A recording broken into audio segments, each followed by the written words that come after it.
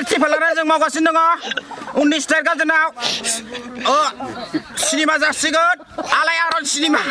दे अके बाय आं टिफालखौ नागिरगासिनो दङ लोगोफोर बयखौबो आंनि चेनेलाव बरायबाय लोगोफोर दिनै खुंग्रिं एरिया जोंनि चिरां डिस्ट्रिक्ट खुंग्रिं एरियानि सिङाव थानाय दै गोदै जायगायाव जोंहा आलायारन सिनेमा लायदों बेयो दिनै जोंहा खामानिखौ जागायबाय मावगासिनो दङ बयखौबो फैनानै नायफैनो थाखाय जोङो खावलायहरनाय जाबाय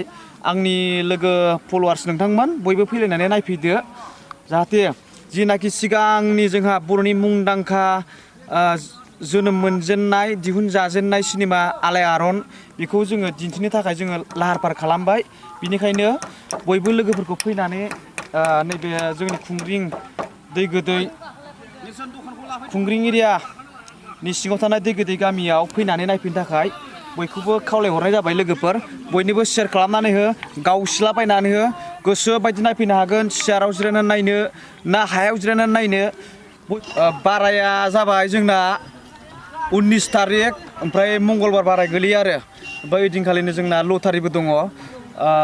4टा टाइमाव आरो बिनि उनावनो जों गानखौ होगोन 8टानिफ्राय स्टार्ट खालामगोन हरनि जोंना बाराया जाहैबाय 19 तारिख डिसेम्बरनि ओमफ्राय बाराया जाबाय मंगलबार बारायखालि आरो बयबो फैनानै नायफैलायदो लोगोफोर सापर्ट खालामफैदो जोंनि बे आलायारन सिनेमाखौ नङा होमब्ला फैदो लोगोफोरखौबो शेयार खालामना होलाबाय नायफैथों जाहाथे बयबो गोदोनि जेनाखि दामनाय देनाय गायनाय फुनाय बेफोरखौ जाहाथे नोंथांमोना मोनथिजोबगोन गोदो माबायदि संसार जायोमोन माने बे आलायारन सिनेमा लाबोजेनबा माने बेनो फार्स्ट जोंना आलायारना सिनेमाया बेनो गोदानमोन नालाय जोंना सावथुना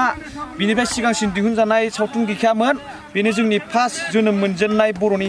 मुंदांखा आलायारन लोगोफोर बेखौ फैनानै बयबो नैबे खुंग्रिं जोंनि दै गोदैयाव नायफैनो थाखाय खावलायहरनाय जाबाय क'क्राझार बङाइगाव अबावबानि आंनि फलोवार्स लोगो नोंथांमोनाबो कार लाना फैयोना बाइक लाना फैयो फैबानो जाबाय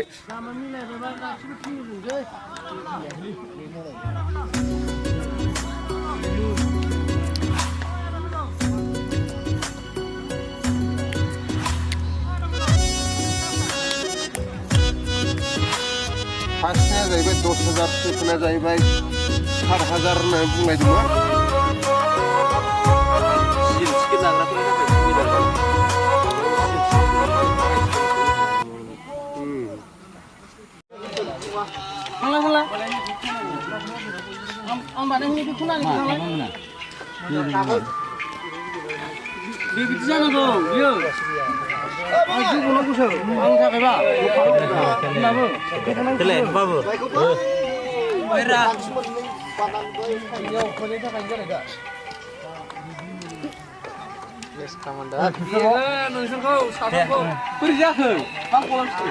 रिंजोंनो फन लाङो रिंजोंनो ओरैनो खर'आ बोरैबा गुदुं मोनबाय सिनस्रि बालां समफोरा लाबोदों